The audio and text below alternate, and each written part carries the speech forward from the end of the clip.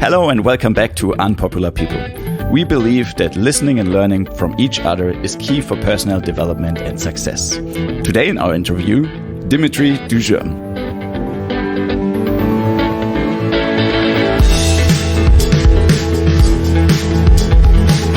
Dimitri is originally from France, but he lives in Australia, in Sydney, or sometimes also in the Blue Mountains. That's where I met him too.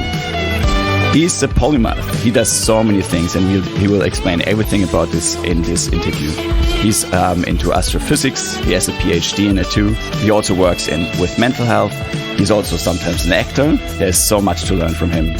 So listen to this episode, and if you want to find out more about Unpopular People, please sign up for our newsletter at www.unpopularpeople.com. And now enjoy this very exciting interview with Dimitri.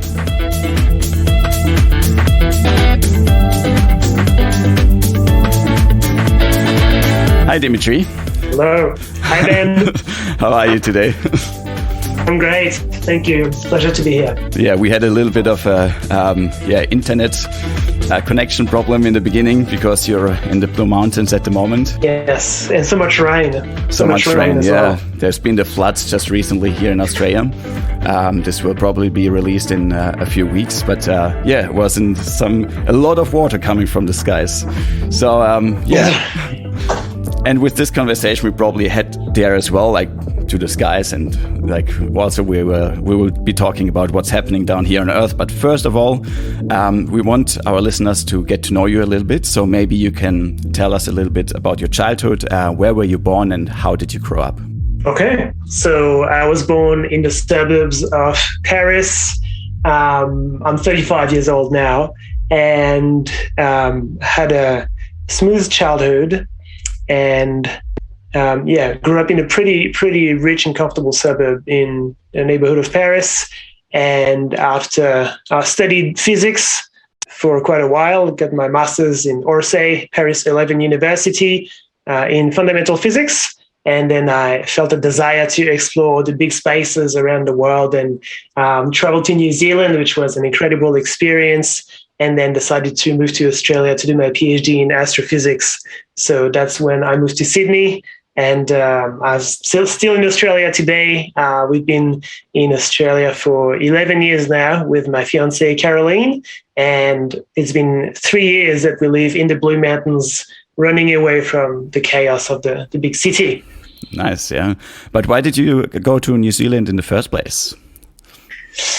I think both for Australia and New Zealand, it was the same reason. It was the appeal to faraway landscapes, faraway cultures, indigenous cultures, and just going on to the other side of the world, literally. So I went to New Zealand for my master's internship at the University of Auckland, and got to learn about the Maori culture, which I was really fascinated about, and got to tour New Zealand for I stayed there 4 months. I toured New Zealand in a van for 1 month with my friends and girlfriend at the time, and we just had an incredible experience. Also at the time, unfortunately, my father passed away, so I had to go back to France and then I went back to New Zealand to finish the trip.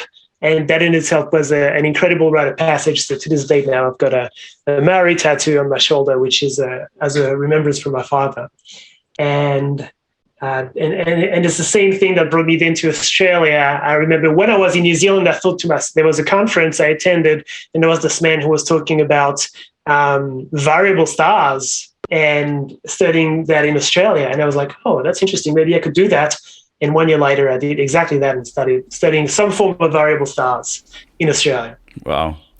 Okay. And taking even a step further back, what was the reason you decided to study physics?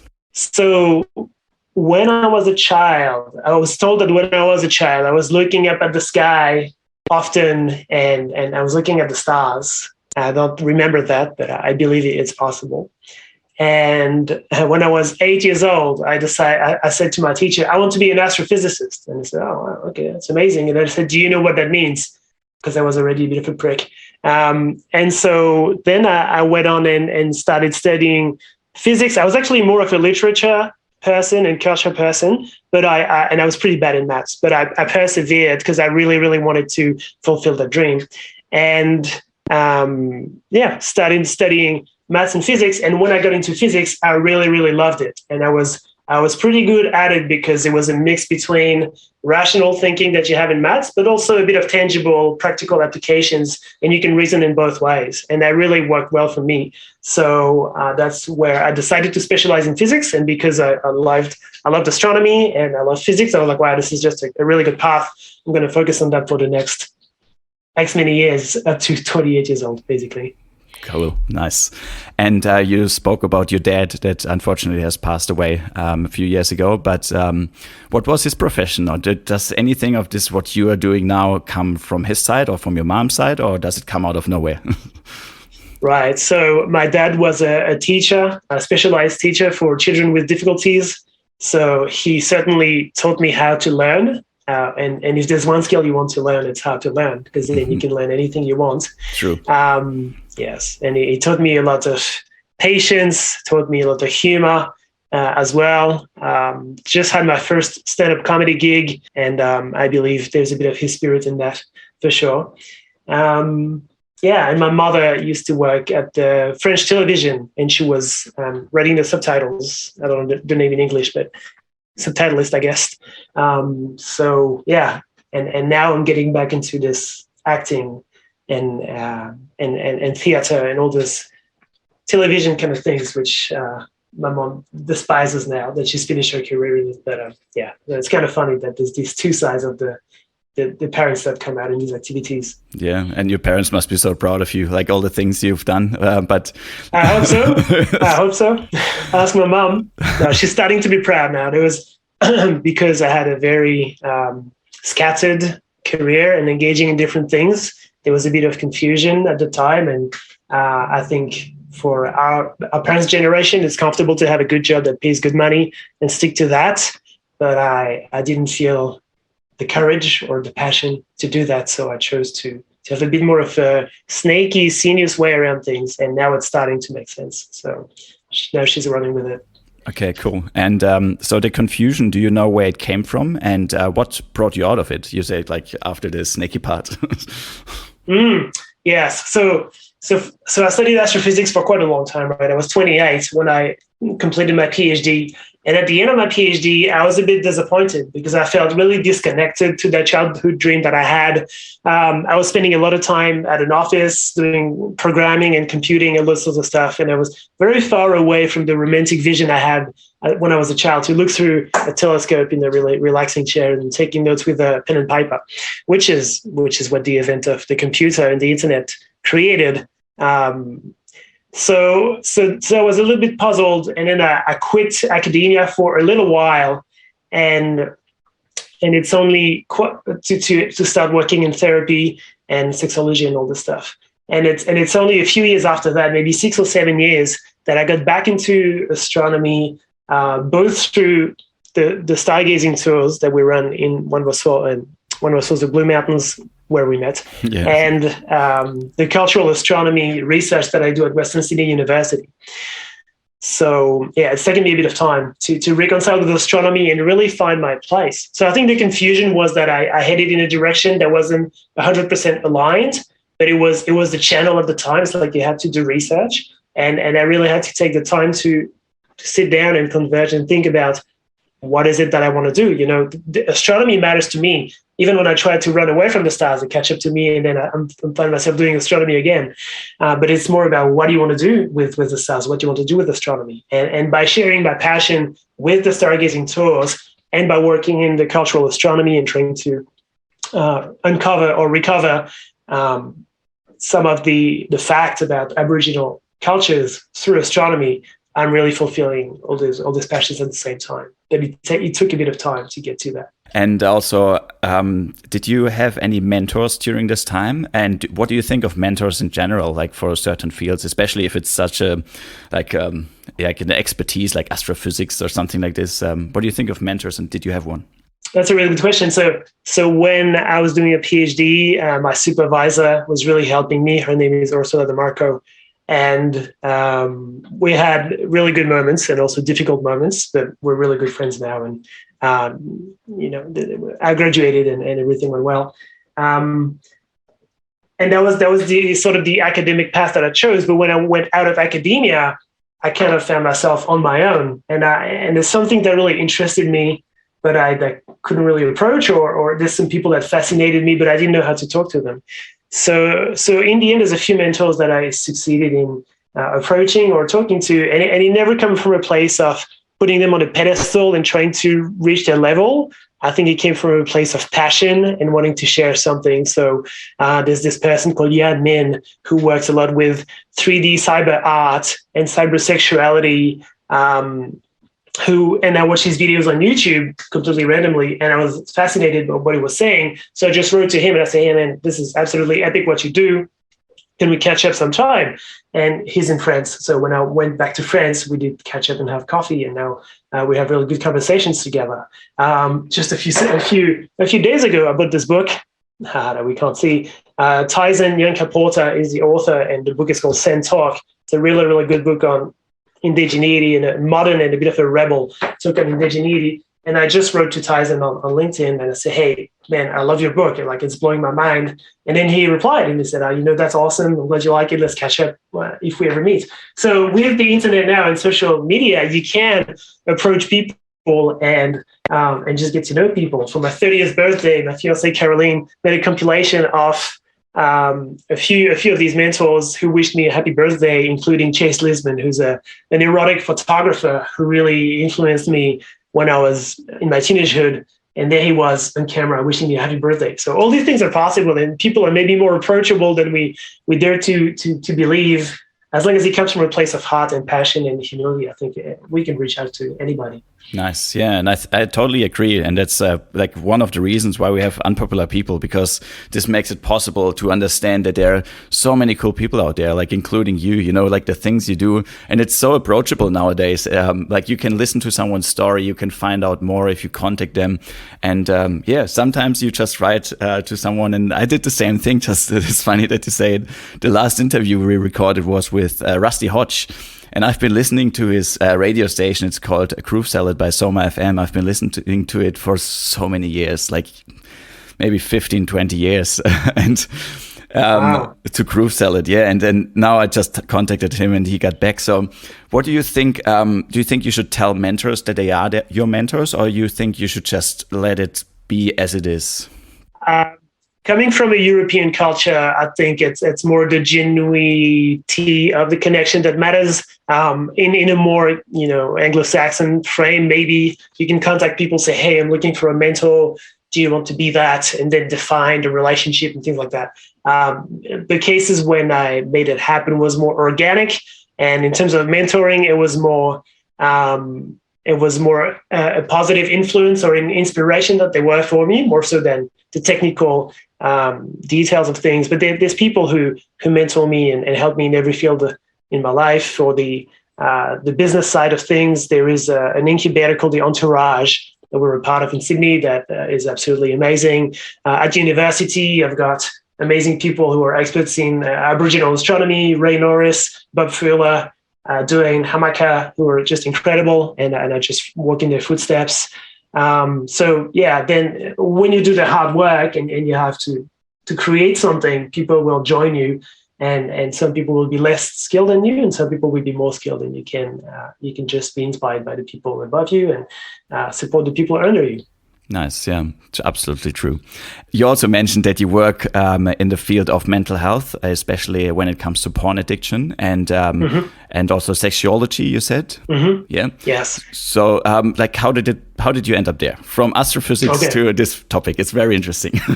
That's right. Absolutely. So there's no logical link between the two, although there is starting to be a link now. I'll get to that. But at the beginning, the whole time when I was studying astrophysics and astronomy, etc., everything was pretty balanced in my life.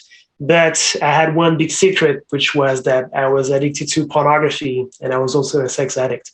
And this is not in your CV. This is not something that you can easily talk about. This is something that has got a lot of taboo about. And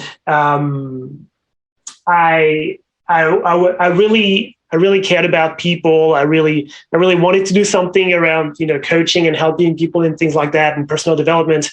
Because I think my whole life I felt that I was a misfit and I tried to hack the rules of life to fit in. But ultimately I found that you can just be yourself, provided you heal some wounds and you find alignment. And so I always wanted to do that. And after a while, I started to realize that I can talk about sexuality fairly easily without taboo. And I even made people comfortable talking about it. So I thought, maybe there's something for me there. And in this process, after quite a bit of suffering and loneliness, I overcame pornography addiction on my own, following a technique that I developed and that I now teach.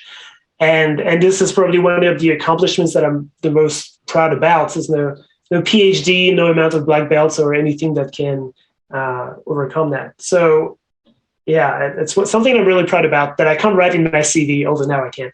And and I feel really a strong passion for that because the need is such. I was so lonely in that, and I feel the need is so strong that I just want to devote myself to this. And even sometimes the fiancé Caroline says, "You're doing too many things. You should put the pornography stuff on hold, focus on the stargazing." But I can't. I'm just too passionate, too driven. It's a purpose. It's something that I have to do, even if it doesn't generate income, even if I'm wasting a lot of time, even if I'm breaking taboos, being clumsy on the internet, talking about my sex life. I just can't refrain it. I have to do it. So there you go. The stars are following me, and the whole psychological aspect of sexuality that is so fascinating. I can't stop researching it. Well, yeah. No, that makes total sense, and it's interesting that you say this because this is, I think, a problem many people have, especially if they're driven, that they take too much on their plates. And so, how do you handle it? Like, how do you handle too many tasks at once? Like, can you manage it now that you say, okay, I put this on hold, or is there like certain times for certain activities? And how do you structure your days, or your weeks, or your year? Yes, there is not too much structure other than that is self-imposed. So basically, there's always a project that is more alive at a certain stage, and the other projects are more steady. Also, entrepreneurship is a key in that. If you're an entrepreneur, you can allocate your time the way you want to. You can put the projects on hold that you want or don't want. So I kind of follow where my projects are going and where the energy is, and I'm pretty lucky in that I'm not too constrained by that. Some weeks, I let some projects go for a little while, then I'll sprint on a project and I'll put it on a hold. So the week is pretty structured in that. I also work for a startup in men's health, working with men with erectile dysfunction, premature ejaculation, etc. So that's 2 days a week. I've got the other week at Monday, Friday for the startup. Tuesday is university because that's where the meetings happen. And Wednesday, Thursday is for anything else that I want. And Saturday, Sunday, if I want to work, that's also available. So I kind of let the projects live by themselves and try to catch up as they go. Mm-hmm. And I have two more questions also about those topics because first, do you want to explain a little bit about the technique you're using for to help people with porn addiction? Do you want to speak about it? Yeah, absolutely. So what I'm really obsessed about, I used to be obsessed with sex and now I'm obsessed with sexuality.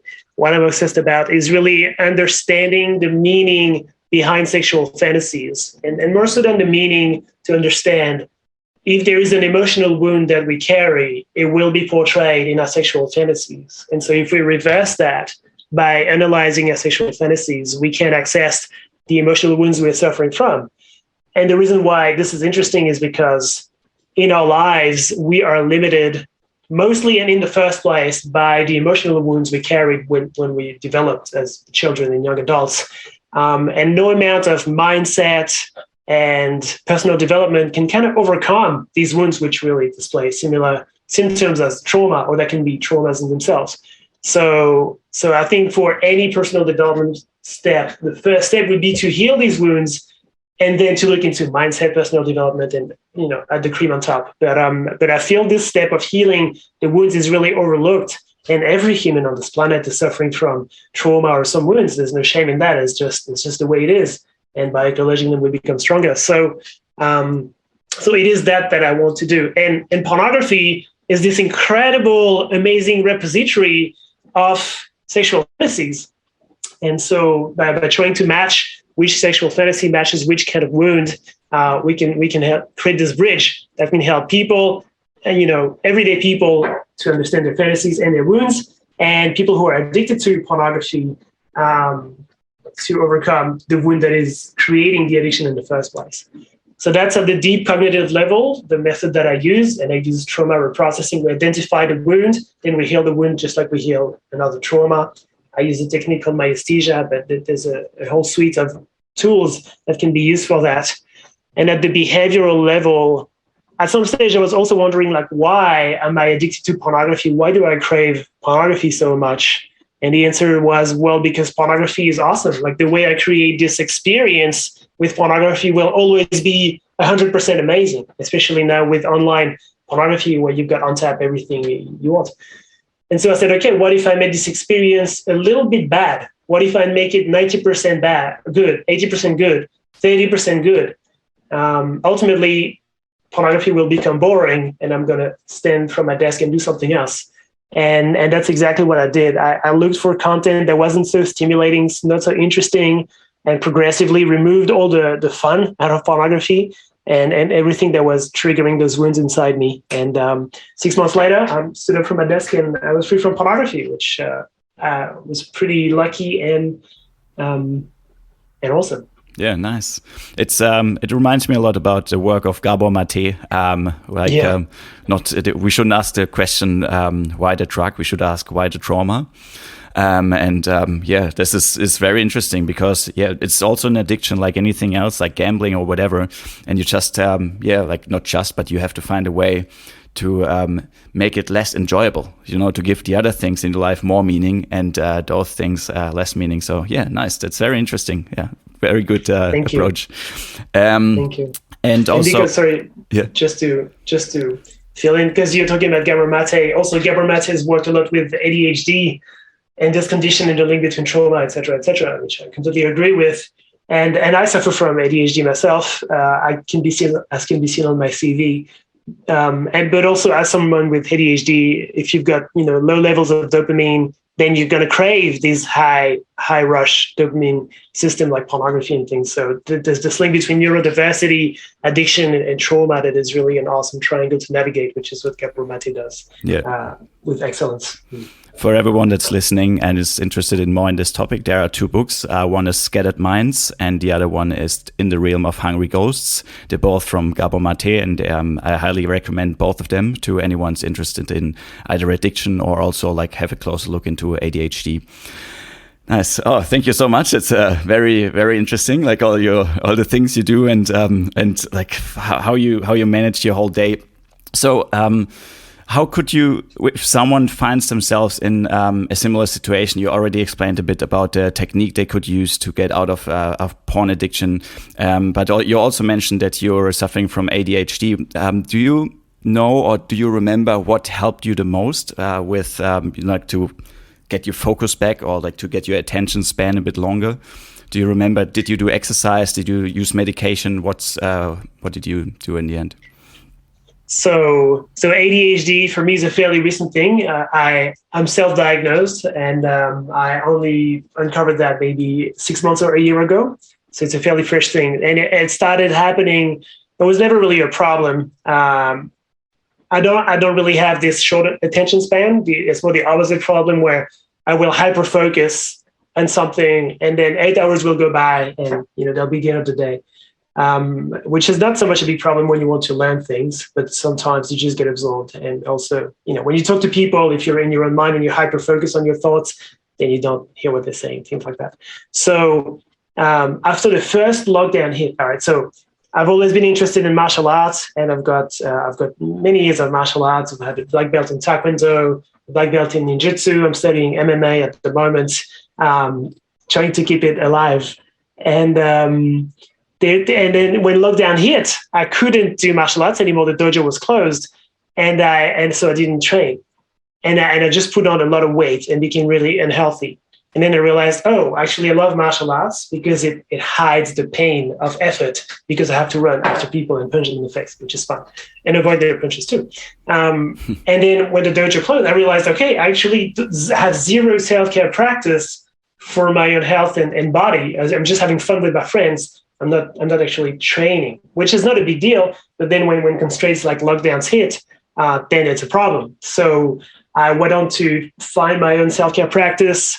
Started studying MoveNat, natural movement, with an online coach. And I'm proud to report that as per last week, I was made certified MoveNat trainer. I just got my certification last weekend. Can you mention the name of the trainer you had online? So the practice is called MoveNat. To explain it briefly, obviously it's a mix between yoga and parkour, somewhere in the middle between these two. And my coach online is called Alex Schenker. He's amazing. And the MoveNat system was developed by Erwan Lecour, who was one of the French pillars to invent parkour back some 10, 15 years ago. There's also Ido Portal, who teaches movement. All this movement kind of schools are really interesting to me. Nice. So you also mentioned that you studied in France first, and then you did your PhD in Australia, right? Compared like the French university to the Australian university. We talked to a girl the other day. We have her on the podcast as well, Emanuela. She studied neuroscience in Canada and now studies medicine in Australia. I studied economics in Germany, or business administration, and now I want to study neuroscience over here in Australia. What are your experiences about like studying in two different places? Yes, this is a big topic, or there's some emotions coming into this topic. The reason I was really surprised that I stopped academia after 28 years of studying the topic, and I just had to get into the work, and it would have been, an astrophysicist, like a full-time astrophysicist, and I didn't do that. And I think there was a lot of difficulties or a lot of perceptions that surprised me. The first thing is that there was actually a pretty massive cultural gap between Australia and France that I never expected. And that cultural gap expressed itself also in the world of academia and university, where publication rates are very important in Anglo-Saxon systems. Your performance, your H index, all these elements are really important. Your productivity. Whereas in Europe, I find it's a lot more laid back, and you don't have to publish so much, but the research you have to produce has to be of really good quality. So now I find that in academia, unfortunately, you have to produce so many articles per year. Even more than one article per year is really challenging already. You can't find things all the time, but there is this imperative of publishing, which I find dilutes the content, creates a lot of articles that do not have the density that and the relevance that they could have, and it's just a bit draining, really. So currently, I work in research still at Western Sydney University as an adjunct fellow. So I don't really suffer from these pressures of publishing, other than the ones I put on myself. But yeah, it's been pretty difficult to juggle all of that. Yeah, I can imagine, and especially, I mean, how was your English back then? Like, was it were you already at like university level, or did you have like to do like your IELTS and study a lot English as well? Yes, so I started learning English. So I started learning German at school, which I was okay in. But then when I was camping in holidays, and I wanted to talk to the Dutch girls who were in France, because all the Dutch people come to France in summer, and I realized I need to speak English. So I learned English from Dutch people, which actually helped me, because I was really not complex about what was coming out of my mouth, allowing myself to make mistakes. And I kept that mindset all the way till I went to New Zealand and started improving my English there. So I had and I was really quite interested in English language in general anyway, being in France. So by the time I came to New Zealand and Australia, I had pretty proficient English already. Yes, but I did have to take the test, and, believe it or not, even this year, studying canceling, I had to take an English test, even if I've published research articles in international journals and things like that. The aberrations of the immigration system, the Australian immigration system, let's not get into that. Yeah, it's very interesting.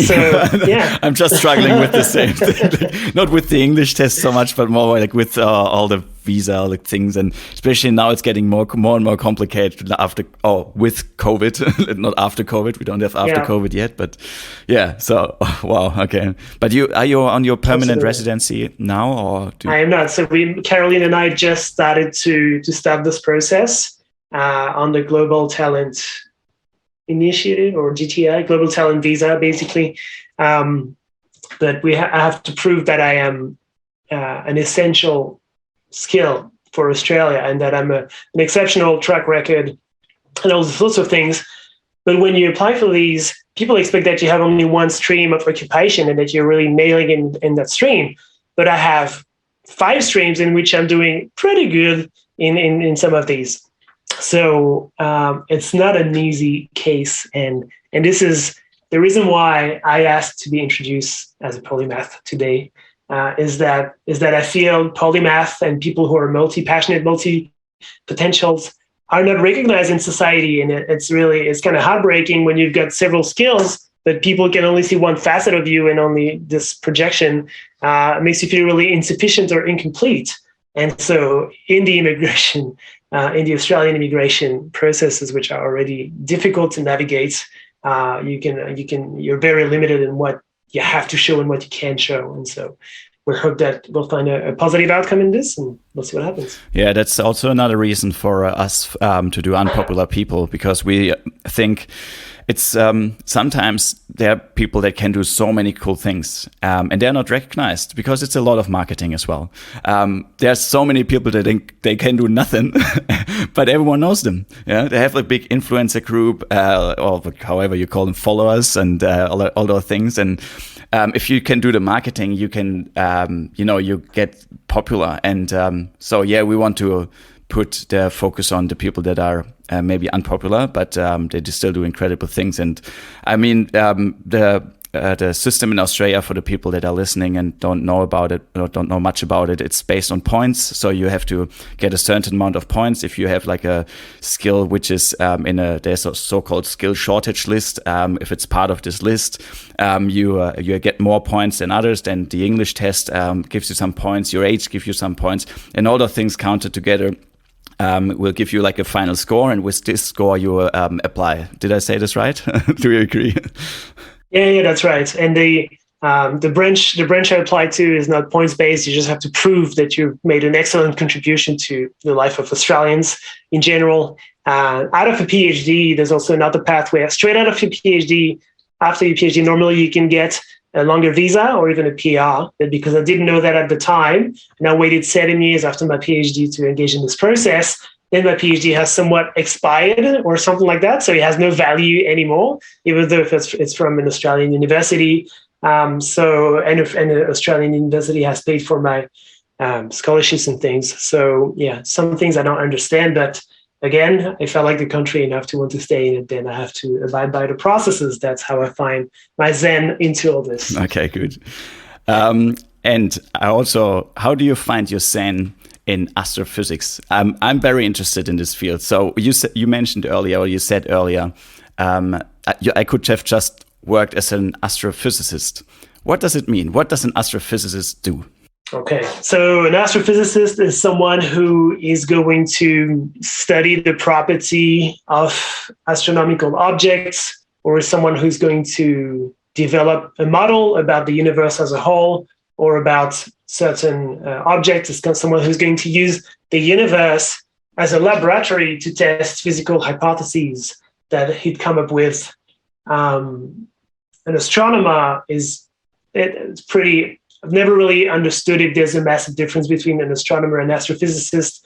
People in the field will give you different responses. My understanding is that an astrophysicist is more focused on the physics of how things happened, whereas an astronomer is more focused on the actual objects, celestial objects themselves. So, for example, someone who's working on Mars and life on Mars would be more of an astronomer or an exobiologist, but someone who's testing a certain effect that can only be observed inside supernova and high energy phenomena would be more an astrophysicist. But yeah, it's pretty similar in those cases. Some people may argue, I'm not one of them, but I just want to know from your side that we have so many things that we don't know about Earth, that we don't know about ourselves. Like how come that you want to look up into the sky and explore the universe with it, which is maybe limitless, or like what? Like why are you looking up? Why are you not looking down? I think I started to look down when I started getting into astrophysics as a child and a teenager and a young adult. It was very much a way out. I think it was a way for me to hide from the world and do my little project on the big things, and to not have to consider too many earthly considerations, which were a bit depressing. I find at the time I was pretty hard being myself as a teenager. And then coming here to Australia, I decided that I want to fulfill my potential. I decided that I want to make a difference. And, I think I sort of bought the self-man-made model or story of the Anglo-Saxon model, and I decided to be that. And so then I was like, no, I want to do the opposite now. I want to make a difference. I want to have an impact. And I think that is what led me to leave astrophysics and academia for astrophysics in the first place. The object I was studying, I felt very detached from. It felt really far away. And with the environmental crisis we're going through at the moment, I was more about how can we use science to do something meaningful for the Earth, for this crisis, for the people around us. And ultimately, I did apply to work in engineering and green energies and things like that. But I was not successful in securing a job there, or it was not motivated enough. But that led me to cultural astronomy and how indigenous people protect the planet, work with nature, live in nature. And then I was like, oh, there's this incredible bridge here between astronomy and this way of life with nature. And talking more and more with cultural astronomers like Douchin Hamaka, with whom I did my PhD at Macquarie Uni, I realized, well, this is something I want to do. I'm now really interested in how indigenous people perceive the sky and what I can do about that and how that can help even on Earth. And that's also a reason why I'm so passionate about giving these tours at Polymath and Stargazing where we met, is because, and you tell me if this was your feeling, but when people look up at the sky, some people haven't looked at the sky for years and realize that, oh my gosh, there's so many stars and galaxies and things. And also that, it's worth protecting, and it's part of nature, and we're surrounded in nature. And the lookout where we are, in the mountains is beautiful. And it's just like stopping time and kind of realizing, hey, we could have all this if we don't mess it up. So I don't contribute to the technological part of the solution, but I want to believe I contribute to the inspirational part of the solution, where people go like, oh, maybe I want to keep that as it is and not destroy it anymore. Yeah, and as you said already, it's cultural, it's philosophical, it's spiritual, whatever you get from it. And this comes back to actually looking inside of us, because this is only our experience of the surrounding. We don't know if it would exist if we wouldn't exist. Like we only give it names and explanations and stuff. So, yeah, maybe tell the listeners a little bit more about your stargazing tour. I found it very fascinating, but they don't know about it yet. Thank you. So a year and a half ago, Caroline and I had moved to the mountains, the Blue Mountains, and we were just enjoying nature. And we realized that we loved inviting friends over and sharing, all the bushwalks and the good things we could do. And then we were admiring the night sky as well. And then at some point, Caroline said, well, what if you bought a telescope? Could we show the stars to people? And we were like, oh, that's a good idea. So we thought about it, and then realized that the investment was pretty minimum. It was just buying a telescope, and tried put a listing out on Airbnb Experience and see if people were booking. And after, on the day when we put the listing out, people booked the tours. So we're really happy with that. And since then, the business has been growing really well. We have a lot of guests coming in. So we're running our tours every weekend at Wentworth Falls Lookout. We're called Polymath and Stargazing. And yes, the tour is an hour and a half, and we show whatever is up in the sky at the time. It starts with a wonderful sunset on the valley and near the waterfall. And then we have the constellations that appear, the stars, the planets, the galaxies, whatever is out there on the night, and just talk about the science of things, the history of things, how it's perceived with different culture, by different cultures. And it's a bit like being on stage for me as well. So I really enjoy talking to the public and being a bit silly at times as well. Yeah, and you also have served really nice cacao. and the hot vegan chocolate. Yeah, hot vegan chocolate, yeah. Absolutely. Are you vegan yourself? Keep out of the experience. Yes. Are you vegan yourself, or why the vegan hot chocolate? Okay, so I used to call myself vegan, but I don't think I am vegan. So some 6-7 years ago in France, we have this dish called foie gras, which you may have heard about or tried even. And the production of foie gras involves really unethical practices with the geese and how they're being fed to produce. That means fat liver foie gras. So to get that liver, you need to make the geese really sick. And that's how you get the foie gras. And I was like, and we have it for Christmas. And I was like, I don't think I want to be part of. Sorry, you mean goose? Sorry, yeah, goose. Yeah. Okay. I think geese is a plural of goose, if I'm not. Oh, yeah, I don't know. I'm not sure. See, like both, not like Frenchman talking. That's right, to the German. Frenchman to German. We should do this in German or in French. My French is not so good though. Yeah. All right. Anyways, the listeners know what we were talking about. Goose geese. Yeah. The goose geese. Yeah. And so I said, okay, I don't want to be part of this industry of the foie gras because I think it's unethical. And then I realized, well, maybe it's the same for actually all the meat production and egg production is very unethical as well. So I became a vegetarian, came to Australia, met Caroline. She wasn't a vegetarian at the time, but she was quite curious about vegetarianism. And this one night, Caroline said, hey, there's this free projection in Sydney. It's a movie about animals. It's called Earthlings. It's going to be interesting. And I said, okay, free movie about nature. Let's go.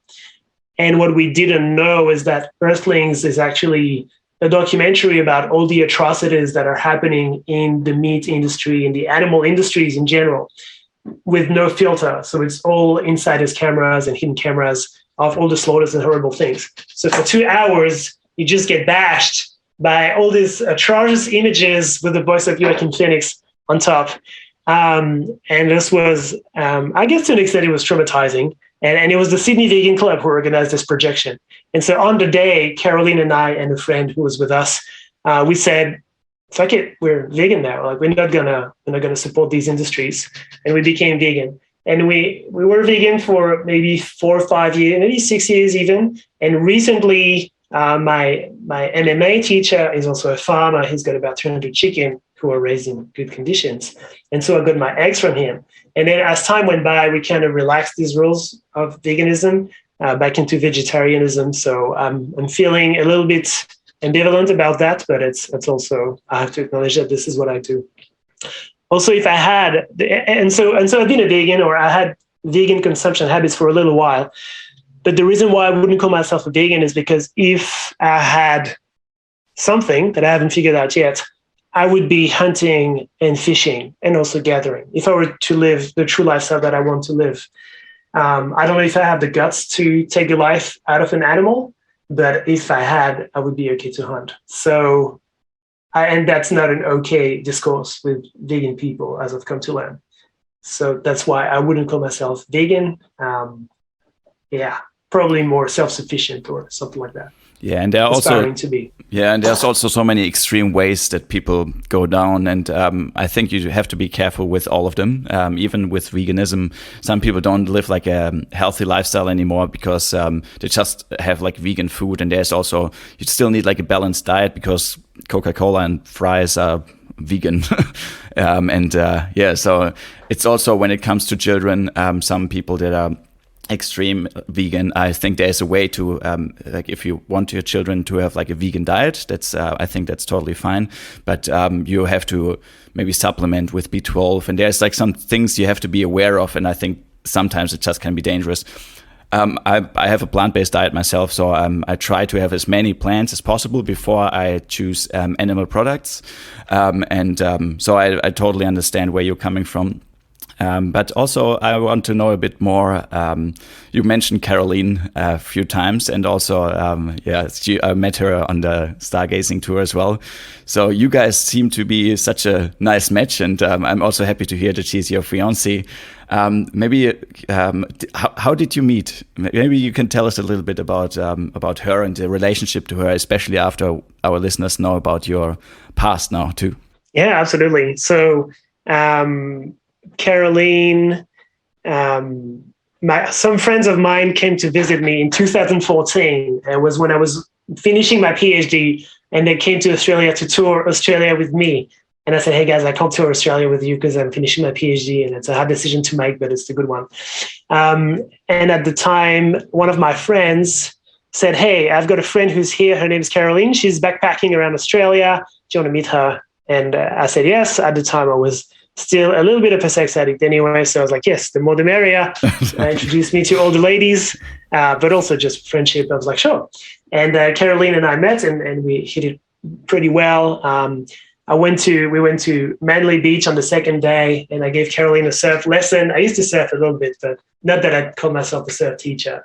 But I gave Caroline a surf lesson. You were showing off. Yeah, I was showing off. I was showing off and making up things as I went. And at the end of that, we started to go out together after a kiss on the beach. So that's how we met. And then we kept on having a relationship. We lived in a van for 2 years. That was a test. Like we met, and then at the time I was living in a tent. This is getting into real stories, but at the time I was living in a tent next to Macquarie Uni, where I was doing my PhD. And on the night where we were talking, she said, well, where do you live? And I said, do I lie or do I tell the truth? And I thought, I'm not going to lie. I don't lie. So I said, I live in a tent in the forest. And she said, that's amazing. And I'm like, all right, she's a keeper. Yeah. If she's not creeped out by a guy who lives in a tent in the forest, then she's amazing. If you would have said, like, I also have puppies and candy there, then it would be a bit creepy. It'd be too much. Yeah. And then I didn't have my driving license at the time, but we bought a van. We lived in the van, eventually got my driving license. We lived in the van for 2 years, and then lived in different places. Now living in the mountains. But at the time when we were living together, sometimes I was still consuming pornography, and I was feeling really ambivalent about that, because I have the best possible woman with me in the world. Why would I engage in these graphic scenes and things? And that's when I really made a decision to quit pornography and develop my system. So she gave me the motivation to overcome that. Yes, and then we started doing the business together, Polymath and Stargazing. We also had a startup before that didn't work out. That was called Rewilding, which was meant to be an Airbnb of nature places. And we saw at the time that we could work together on a project. So now we're happy to work together on Polymath and Stargazing. Yeah, cool. And why were you living in a tent? So I was renting a place. And as a PhD student in Australia, you don't have a lot of money to spend because you're broke all the time. In a whole year of saving money, I could buy myself a surfboard at the end of the year. That was how broke I was at the time. And I was living in this flat with my housemates, but I didn't really understand what I was doing. I was living in my room most of the time. I wasn't really using the space or the common space, the living room, et cetera, et cetera. I was getting along fine with my housemates, but I didn't really need their presence every day. So I was like, why do I live this lifestyle if it doesn't really suit me? And I also wanted to save some money. So I said, okay, I'm going to buy a tent and live in the bush. And I did that. I lived in a tent for 2 months. I actually made a YouTube series of it called Urban Jungle, which is I'm a bit ashamed of and also proud at the same time. We'll link it in the show notes. Thank you, please. It was really fun. And and that's how I came to do that. And with the money that I saved, I was able to afford my first ever personal development workshop, which was a Tantra workshop at the time. And that was the beginning of me finding solutions to heal from sex addiction as well. Mm-hmm. Wow, you seem like a very motivated person with so many things, and I'm also glad to hear that your fiancée Caroline motivated you to get out of your the porn addiction or sex addiction and all those things. So, what can you recommend to others that might not have the right support on their side? What can they do as a first step, getting into studying or going to another country? Because you've experienced all of it, like getting out of an addiction. What do you think is something everyone can practice in an everyday life to not go down the wrong road? Right. I think it comes from a sense of alignment, that if you engage in something that you feel you're passionate about, or it has meaning for you, then you're doing the right thing. If it feels wrong or if you're doing it more out of fear or out of ego, more than passion or love, that's probably a red flag. Or it's an experience where it's probably going to end badly and you're going to learn something out of it, which I've also done many times, and it's fine.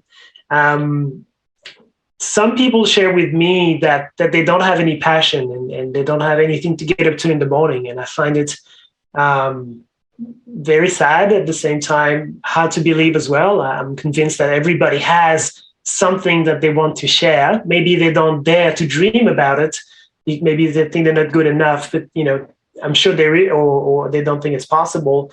But I'm sure those things that you were doing as a child for fun. Was it drawing? Was it playing with animals? Was it walking in the bush?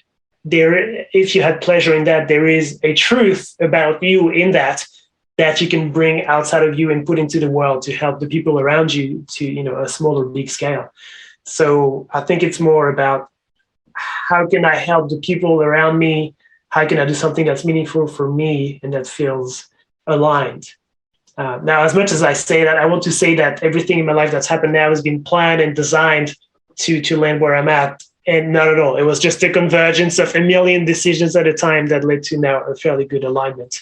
But yeah, I think saying yes to things, not being afraid of the consequences, trusting that we can recover from anything. I've recovered from addiction. I've recovered from depression. I've recovered from losing my father. My twin sister tried to end her life.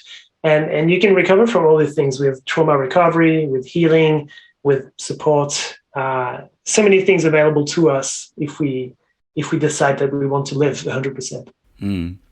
I just a few days ago, I was with one of my clients that I do exercise with, and he's also becoming a friend. He's 17 years old and he has ADHD, but a very, very smart and switched on person. If you hear this now, hello from, you know who I'm talking about.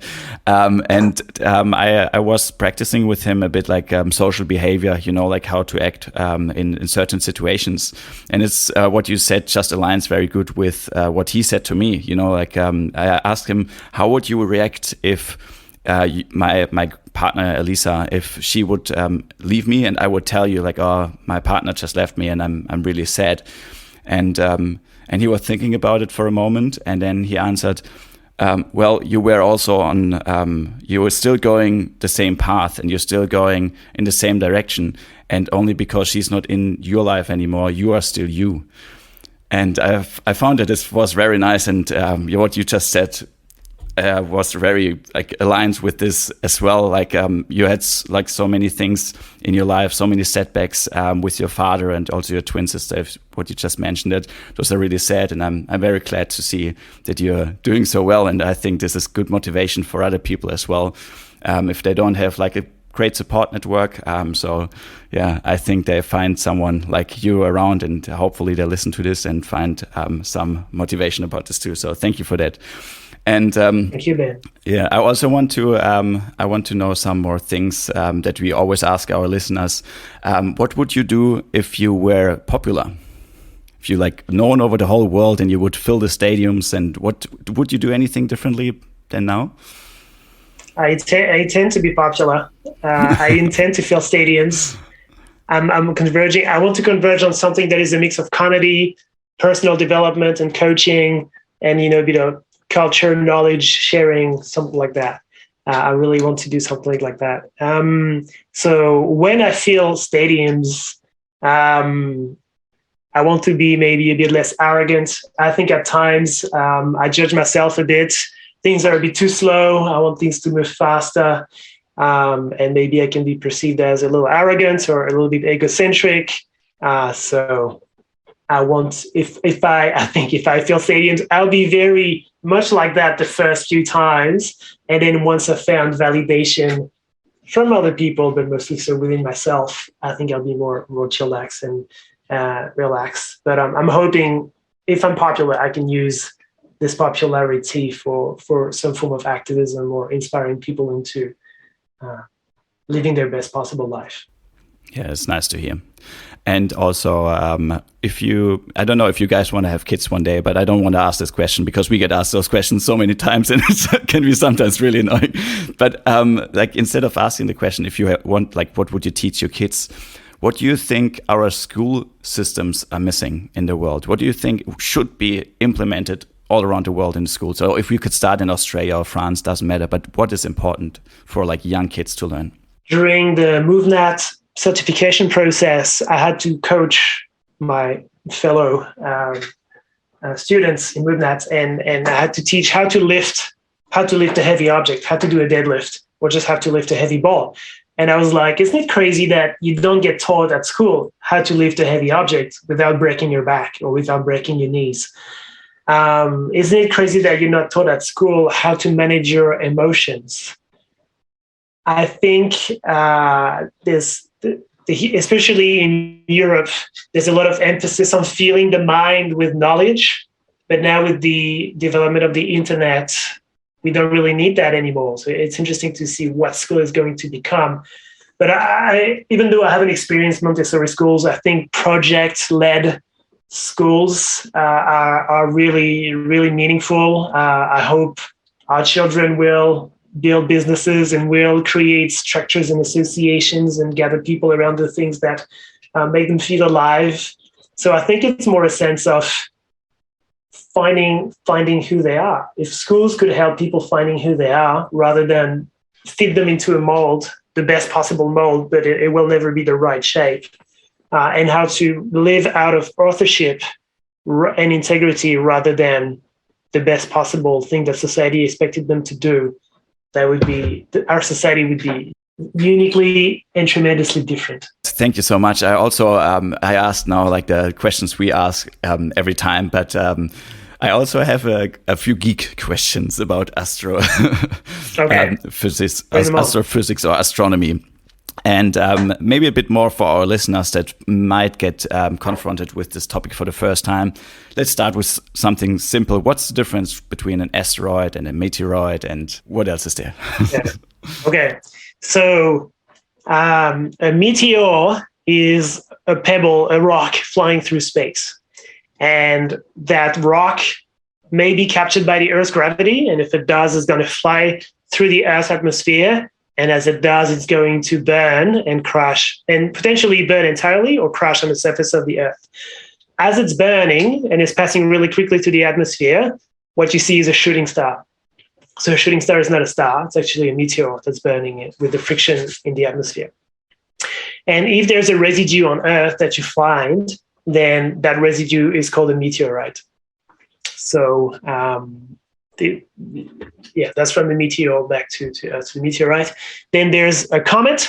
A comet it kind of looks like a shooting star, but a shooting star passes by in 1 second. A comet will fly over several weeks above your head. So comets are pieces of rocks and ice that come from far away in the solar system, this region called the Kuiper Belt, which contains some of the primordial material of the early solar system. And every so often, these comets will pass around the sun. And as they do, the ice that they're made of is going to melt.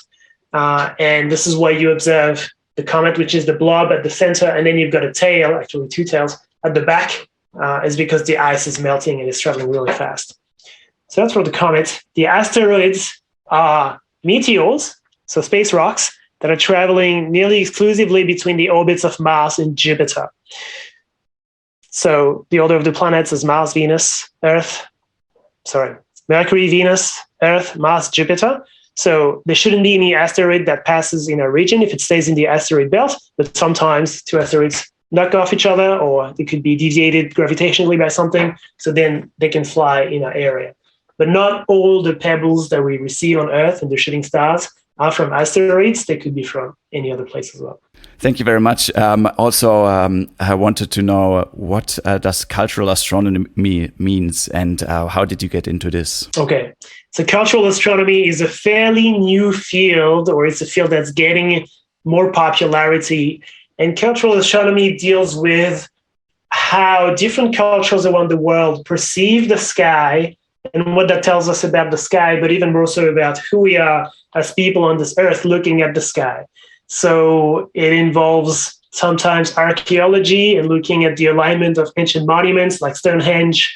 It can involve ethnography and anthropology, hearing the stories that people have about the sky and how that informs the science that they had about the sky as well at the time. It can involve history and looking into ancient civilizations. If you look into Maya astronomy, for example, or any civilization that would have not survived, even though there's still Maya people around this world. So it's really a congruence of different sciences that rotate around the aspect of astronomy and how people perceive the sky back in the days or in different cultures, and how does that put in perspective our vision of the Earth and the sky today.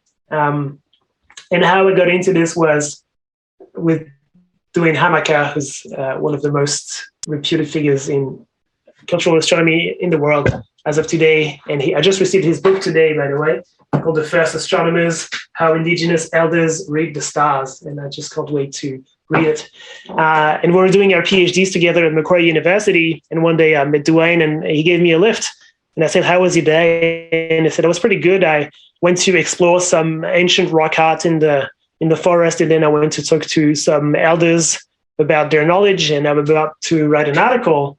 And that I was like, wow, this is really, really cool. And then unconsciously, I didn't do anything about this knowledge, or consciously didn't do anything about this knowledge or this realization for a while, until I decided that, hey, this cultural astronomy stuff is really cool. So I worked with Douchin and Bob Fuller and other astronomers that I mentioned earlier for 4 years as a volunteer.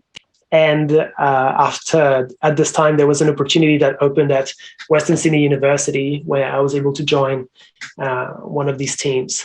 So at the moment, I'm privileged to be working with the direct people in the Blue Mountains and understanding how to recover some of the knowledge that would have been lost, or just clarifying some of the functioning of the direct culture in astronomy.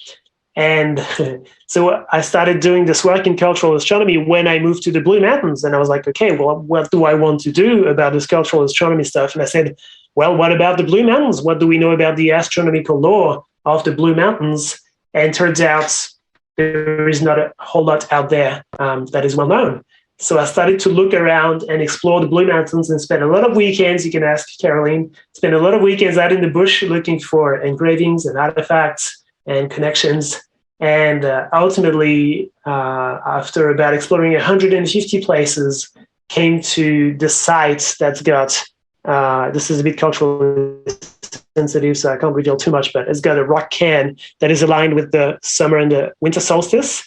And I shared this discovery with an Aboriginal elder, and she said that this was a major discovery. So I'm really looking forward to maybe understanding a bit more how the site can work, what it means, how the stars can be read with this site, what it means for the direct people and Indigenous cultures in Australia, and see what comes out of that. But what a privilege to come as a Frenchman into this very tense climate in Australia between settlers and Aboriginal people, also in an effort of reconciliation, and be able to help recover some of the damage that's been created during the colonization. So I feel really humbled and privileged to be able to do this work.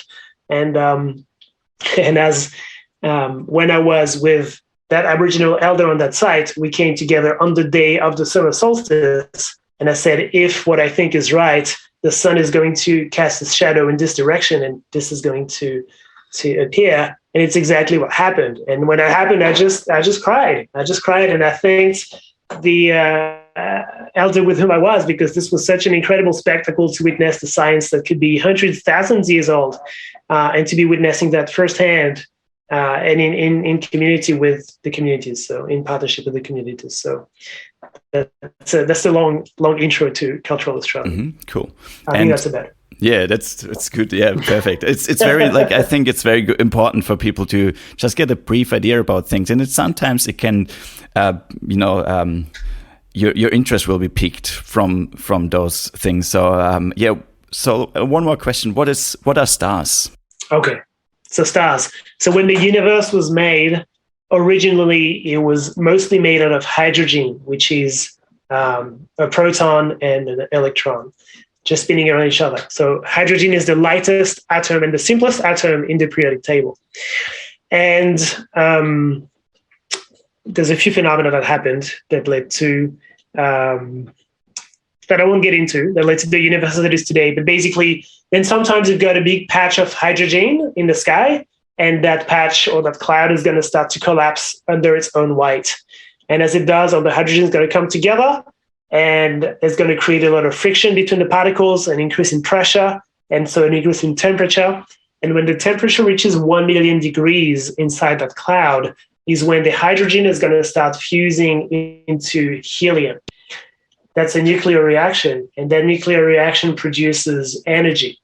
So the reason why stars shine is because they're basically a nuclear reactor, and they're constantly transforming hydrogen into helium and producing energy through heat and through light at the same time from this reaction. And then all the elements will be formed. The helium will turn into carbon, carbon into nitrogen, nitrogen into oxygen, et cetera, et cetera. So this is how the elements have been created. It's inside the stars that are these gigantic nuclear reactors in the sky. Mm-hmm. Cool. And from the point of view of cultural astronomy and from your point of view, are we alone in the universe? Right. So my opinion on this question is not much more informed than the science that exists already.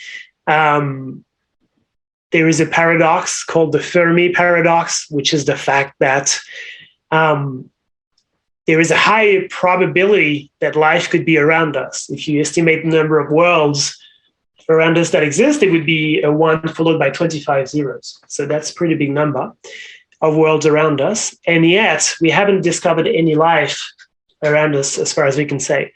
So how is it possible that statistically life should have developed, but it hasn't existed so far? Is it that we are the first ever technological species and we're the first one? Is it that we're actually alone?